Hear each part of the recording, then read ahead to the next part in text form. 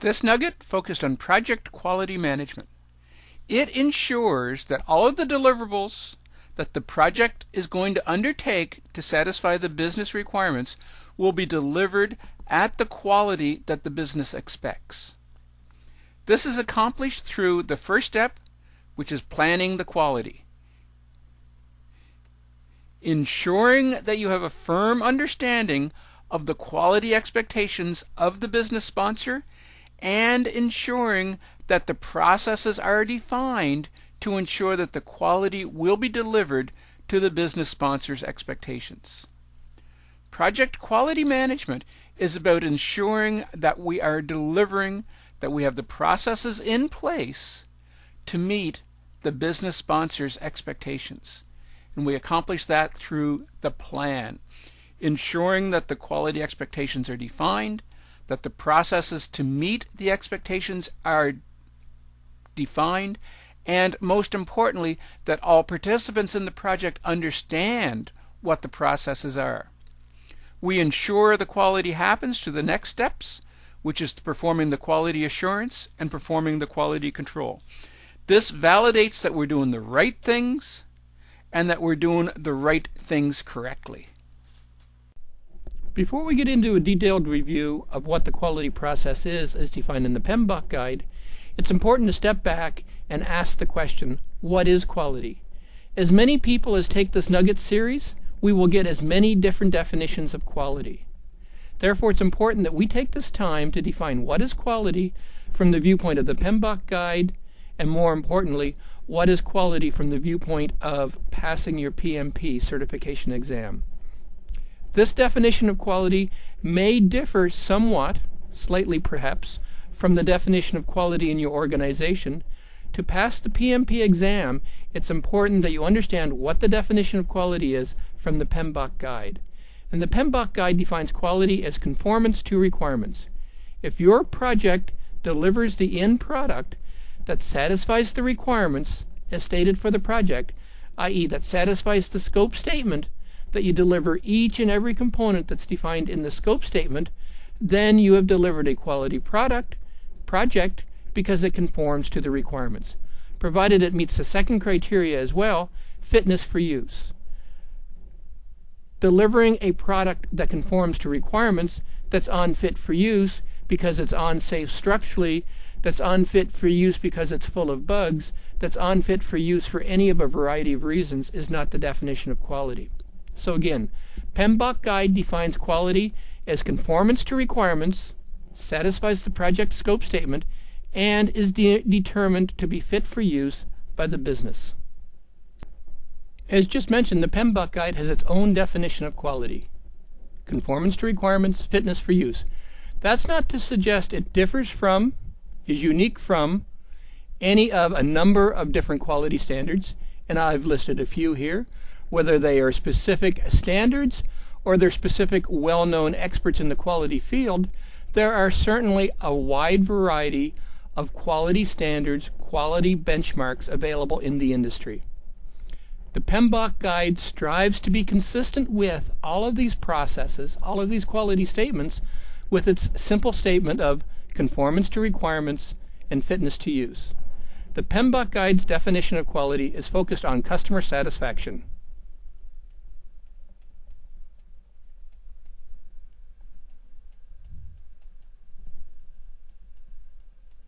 Ensuring that the product that you deliver satisfies the business expectations, ensuring that the product, the project that you complete satisfies all of the expectations, all of the requirements as defined by the customer, and the customer is satisfied. Another key premise of the quality process as defined in the PMBOK guide is prevention versus inspection. The PMBOK guide is focused on building prevention into the project plan to ensure that you're doing the right things right the first time, as opposed to potentially a more traditional approach to quality where you inspect after the fact and reject those components of the project that don't meet the quality specification. So again, customer satisfaction, building the right thing with a focus on prevention, ensuring they're doing the right things right the first time, with an obvious focus on continuous improvement.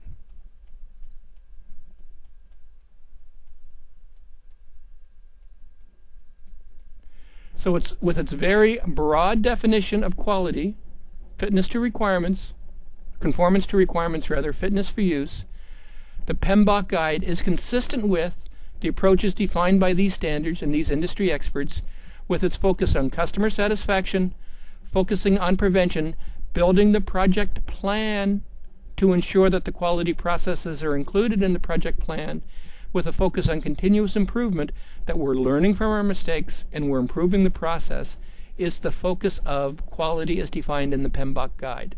Now it's time to start to explore the various components of the PMBOK guide and the quality process defined by the PMBOK guide. The first step in the quality process as defined in the PMBOK guide is quality planning. Defining the quality standards, identifying the level of quality, identifying the processes that must be included in the project to ensure the project delivers to the quality expectations. And different projects will have different quality expectations.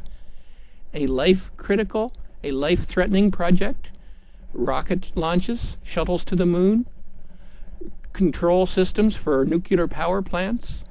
These are life-critical, life-threatening applications. They must have extremely high, extremely rigid levels of quality defined in the quality plan.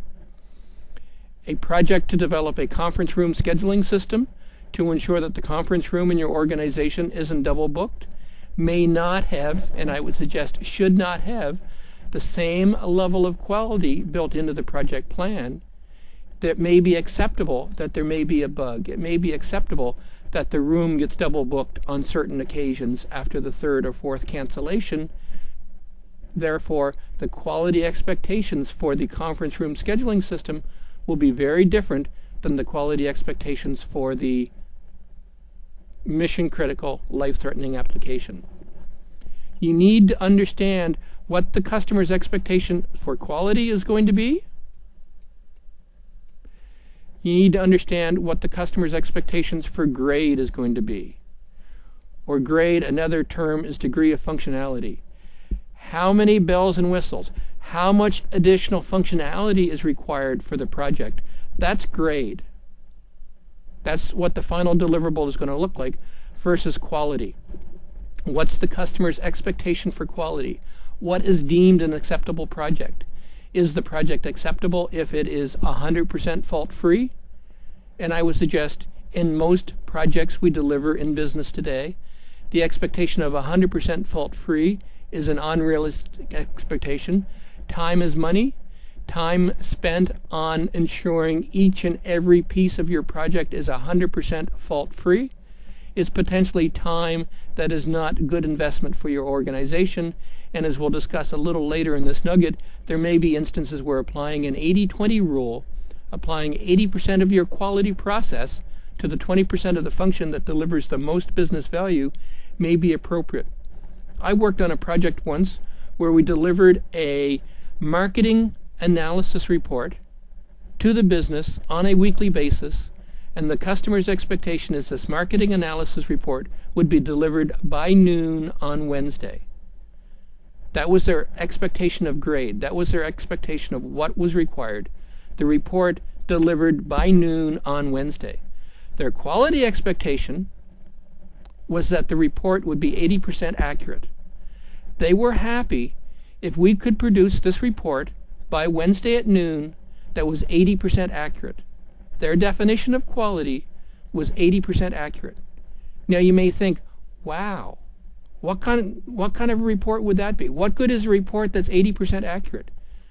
Obviously, the customer would be ecstatic if the report was 100% accurate, but they understood that we had to get sales figures from a large number of stores, from hundreds of stores, that there would be issues getting the sales figures from 100 stores as of midnight the night before, prepared, consolidated, gathered, and distributed for noon the following day, a 12-hour window. If the store had problems, if power failures existed, if communications channels were down, there were all kinds of variables that could result in us not being able to produce the report at 100% accuracy by noon. So therefore, the customer's expectation of quality was 80% accurate, where the grade was the reporting of the sales figures for the past week for as many stores as possible. You need to understand what the definition of quality is going to be. What is their measurement of final project acceptance? If you buy a new home and you go in and do your final walkthrough for the new home, does that home have to be 100% perfect? What if there's a paint chip on a piece of finish going into the kitchen? What if there's a piece of trim missing from one of the closets in the spare bedroom? Would you be willing to accept the home if there were 2 or 3 or 4 or 5 of these minor flaws, with the expectation that the flaws would be resolved, would be fixed within a 1 or 2 week window? Again, that's your definition of quality. So it's absolutely important that you understand what the business's expectations of quality are going to be, how much tolerance they have for errors, for flaws in the final delivery. Again, recognizing that time is money, and the quicker we can get our project completed, the quicker the business is going to realize benefit from that project. There may be instances, again, where the 80-20 rule applies, and you deliver the project with somewhat compromised quality standards. You need to ensure that you're building quality into your project. If your expectation is the team will do inspections, if the team will do walkthroughs, you as a project manager must ensure there is time in the project plan, that there is time allocated to each team member to participate in these walkthroughs, to participate in these inspections. If you don't build the time in to participate, if you don't build that into the project, if you don't build that time into the project plan to give the team members time to participate, to time to complete these walkthroughs and inspections, your quality process is not going to happen. The quality planning process starts at the top. The quality planning process starts with you, the project manager. You need to understand what the quality standards are going to be, what the business's expectations for quality versus grade are going to be, and then you need, and I would like to re-emphasize this, you need to build the quality into the Microsoft plan. You need to build the quality into your project plan to ensure there is time, there are tasks in the plan that the team members can use, that they have relief from other project delivery responsibilities to participate in the quality activities that are defined for your project to ensure, again, that your final product is delivering to the quality expectations for the project. Consistent with the process of building quality into the plan, let's focus a little bit on prevention versus inspection. Prevention is the built-in. Prevention is the walkthroughs. Prevention is the inspections, the tests. Prevention is doing the right things right the first time. If we look at a well-published graph in terms of the cost for fixing problems found throughout a life cycle, if we find the problem during requirements, it costs $1 to fix. If we wait is the wrong word, but if we don't find the problem until we're in analysis, it's going to cost $10 to fix.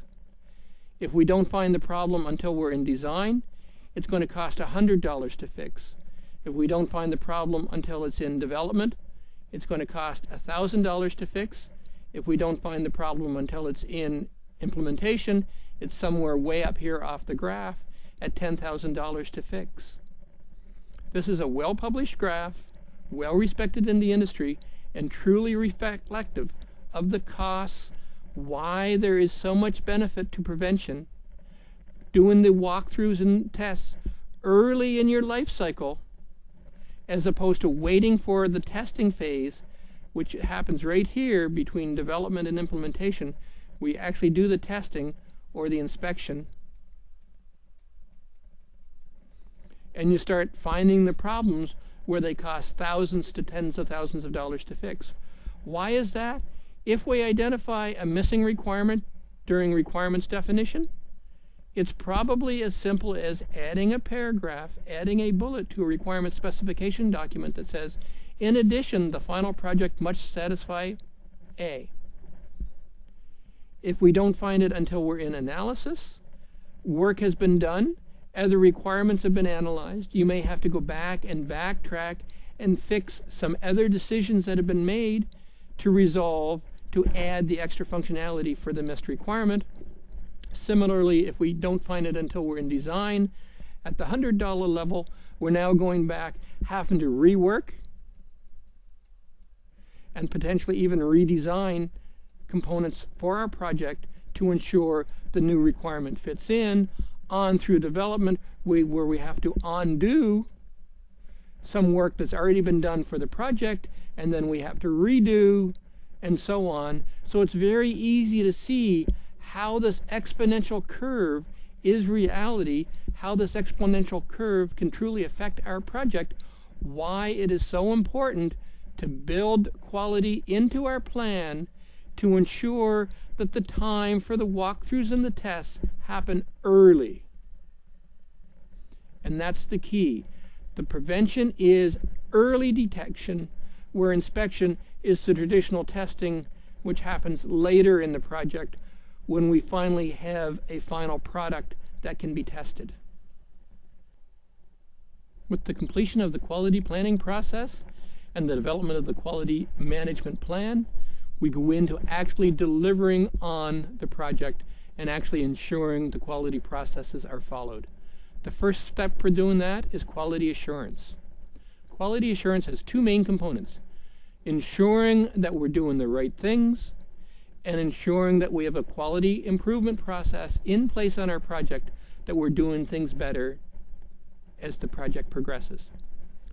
So doing the right things. Doing the right things is all about ensuring that the activities defined in your project plan, that the activities defined in your quality management plan are adhered to by all team members for the project.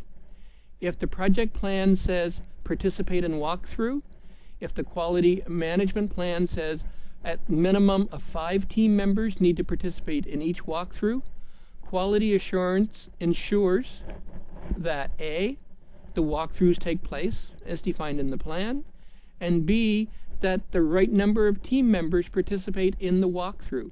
If you have a walkthrough that's only attended by 1 or 2 participants, the walkthrough may not be as beneficial, as many issues may not be identified in the walkthrough because you don't have the benefit for the right number of team members participating in the walkthrough. So again, quality assurance is all about doing the right things as defined in the plan, as defined in the quality management plan. Quality assurance is about reducing waste, doing the right things right the first time. Quality assurance is ensuring that non-value added activities are not contained in the project. Non-value added activities are not contained in the project, but all of the right quality added activities are in the plan, and that you're doing the right things.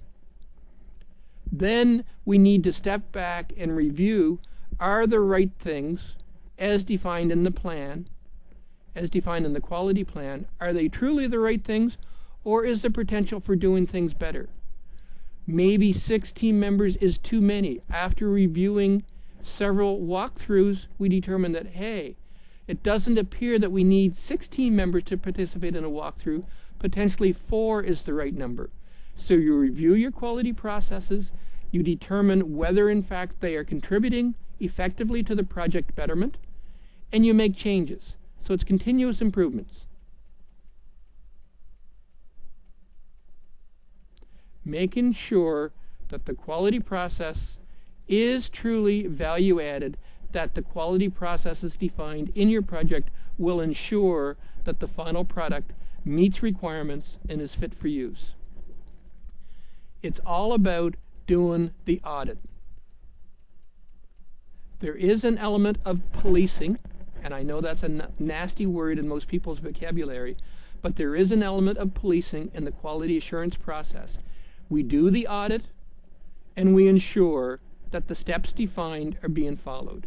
Again, I know I repeat myself, that we defined walkthroughs are to happen, and we defined walkthroughs need to have 6 people. The audit reviews that, ensures that is taking place, And then with our continuous improvement process, we make improvements by reducing the number of participants down to 4, or whatever the appropriate numbers will be. Often, the continuous improvement is the root cause analysis. Why are problems being discovered on the project? Why are we identifying 3 and 4 and 5 errors per walkthrough? Are the requirements incomplete?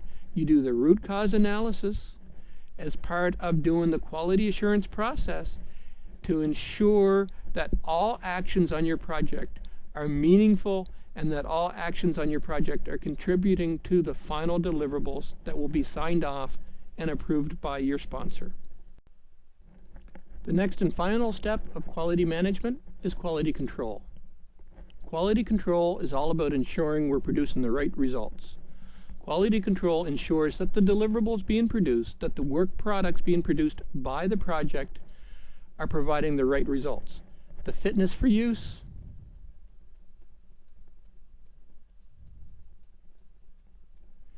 that the product of our project will in fact satisfy the business requirements and that it is usable in the organization. Quality control is validating and reviewing that we're producing the right results to satisfy the business requirements and that it is fit for use.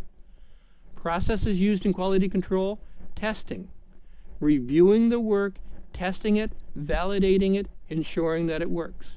Inspections, validating that it follows standards. Inspections, validating that it follows proper defined procedures for your project. Whether you're constructing project, whether you're constructing code, you're inspecting to ensure it follows the standards for your project. Sampling, reviewing work, doing random sampling to make sure that there are no errors that are not being caught by the regular testing process, and potentially statistical control to ensure that, again, you're doing the proper sampling, the proper testing, the proper inspection to ensure that the quality control, that the production of the right results satisfies the requirements for your project. There's a large number of techniques that can be used in quality control, and we'll review a number of these techniques. One common technique used in quality control are cause and effect diagrams. Another term often used for these diagrams is the fishbone diagram, obviously because it looks very much like a fishbone. In a cause and effect diagram, you understand that you have a negative effect on your project. Let's say you have bugs in your project. You're delivering defective code for your project. Then you go back and you look at the causes. What are the causes? Cause A could be training or lack of training. Cause B could be tools, that you don't have the right tools for the project. Cause C could be, cause D could be, cause E could be, cause F could be. So you'll go through and do a brainstorming session to understand what the various causes could be of why bugs are going to be introduced into your final project. And then you'll go through and say, okay, one of the causes can be training. Is this truly the case? Do I have a training shortfall? What can I do to improve the training situation for my project? One of the causes can be tools. Do I not have the right tools? Do I need to buy more tools? What can I do to improve this situation? And by going through and doing the specific cause and effect understanding, you may be able to focus that says, no, training, I've reviewed training, and it certainly is not the problem. My team says it's not a training issue. I've looked at tools, it's not tools, but hey, here is a possible cause. We don't seem to have any recourse to that. No one has any justification to it. So therefore, that is the cause you can look at as part of your quality control process to ensure, to define what you can do to improve, eliminate cause E, which will effect the removal of the bugs from your final system. Another very common technique used is the Pareto chart. The Pareto chart is used where you can identify specific problems. You can categorize defects or problems related to your project into a number of categories. For simplicity, I've just labeled them A, B, C, D, E, and you can measure the number of defects associated with each one of the problems. So in this case, we see problem A is resulting in 4 defects, and that could be 4 defects per hour, 4 defects per day, 4 defects per release, where problem B is resulting in about 3.5 per release.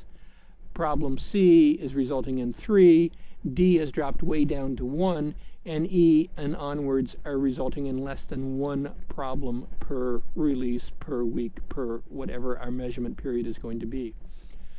The purpose of the Pareto chart, the focus of the Pareto chart, is the application of the 80-20 rule. If you can identify the 20% of the problems, meaning A and B, and possibly C, that are causing the majority of your problems.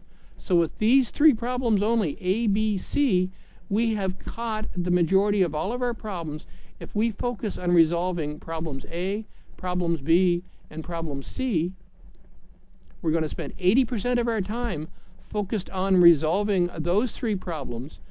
But by doing that, we're dealing with the majority of the problems, and the others, the D, E, and so on. Yes, in an ideal perfect world, it would be nice to be able to eliminate them all, but because, as we discussed earlier in this nugget, time is money, there is always a focus on getting our project delivered as quickly as possible.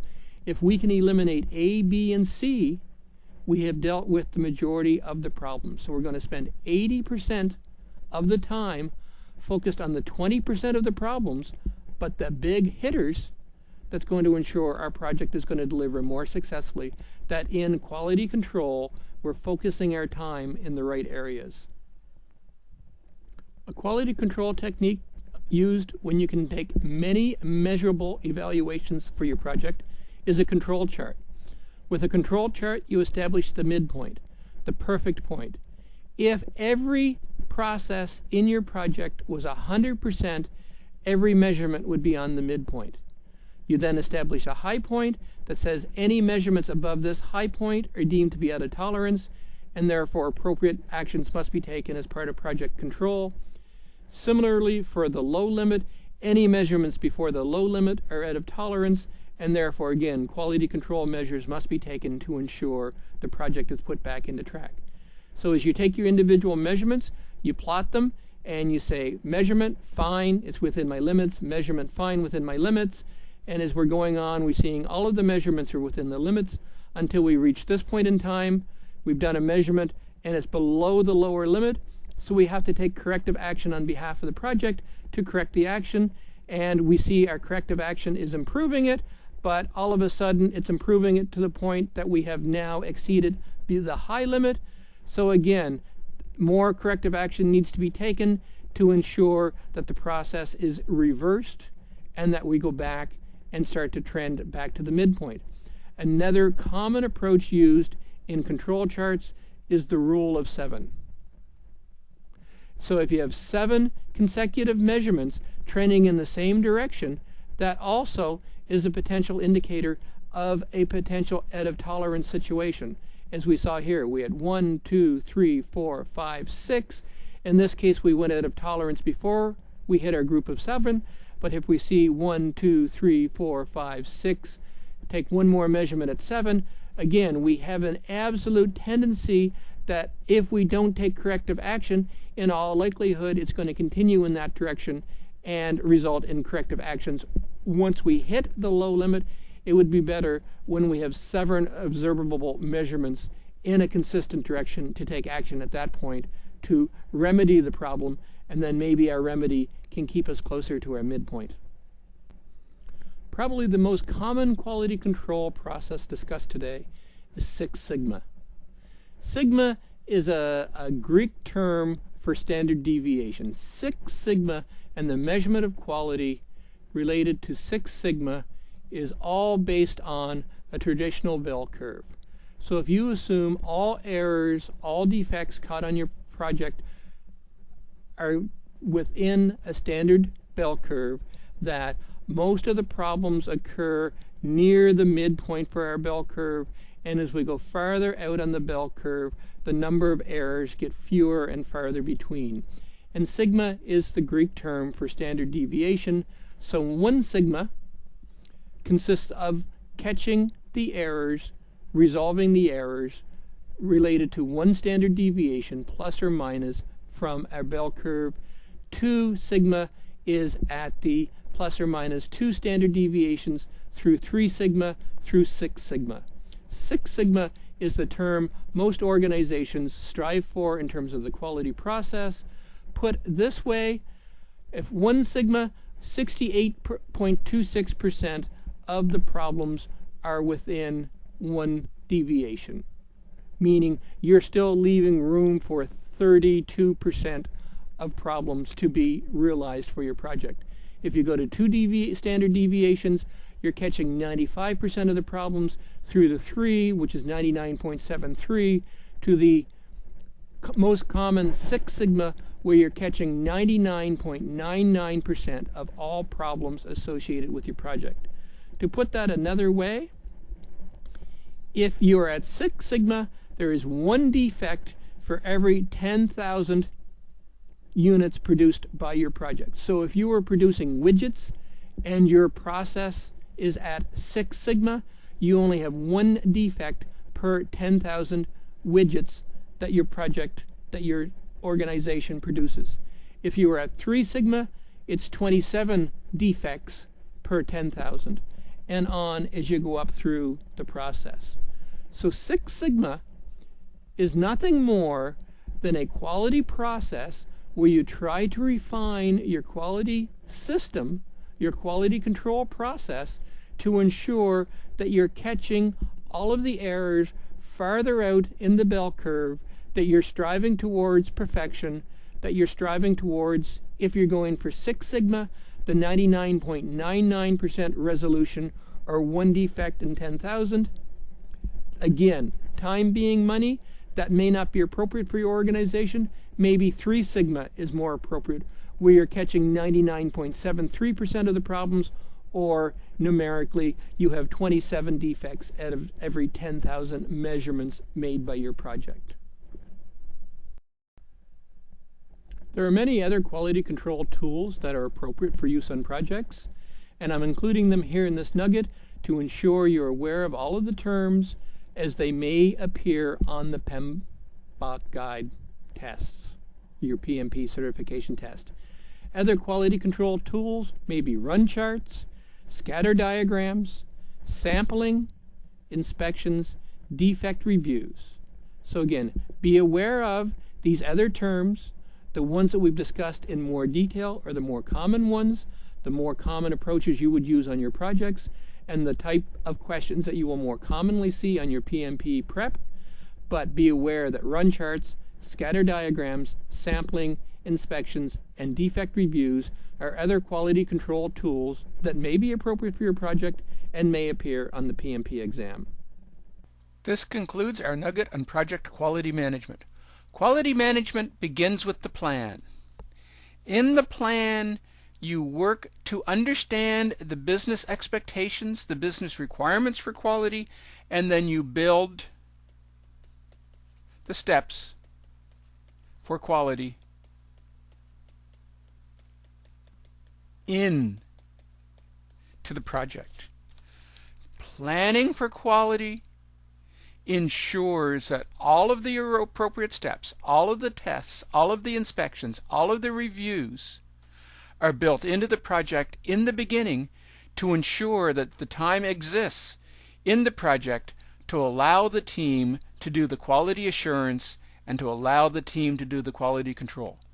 Quality assurance ensures that we're doing the right things, that all of the steps, all of the inspections, all of the walkthroughs, all of the testing, all of the validation, that's quality assurance. Performing those processes are in place to ensure that the quality control, that what we're delivering, the final product of our project, satisfies the business requirements.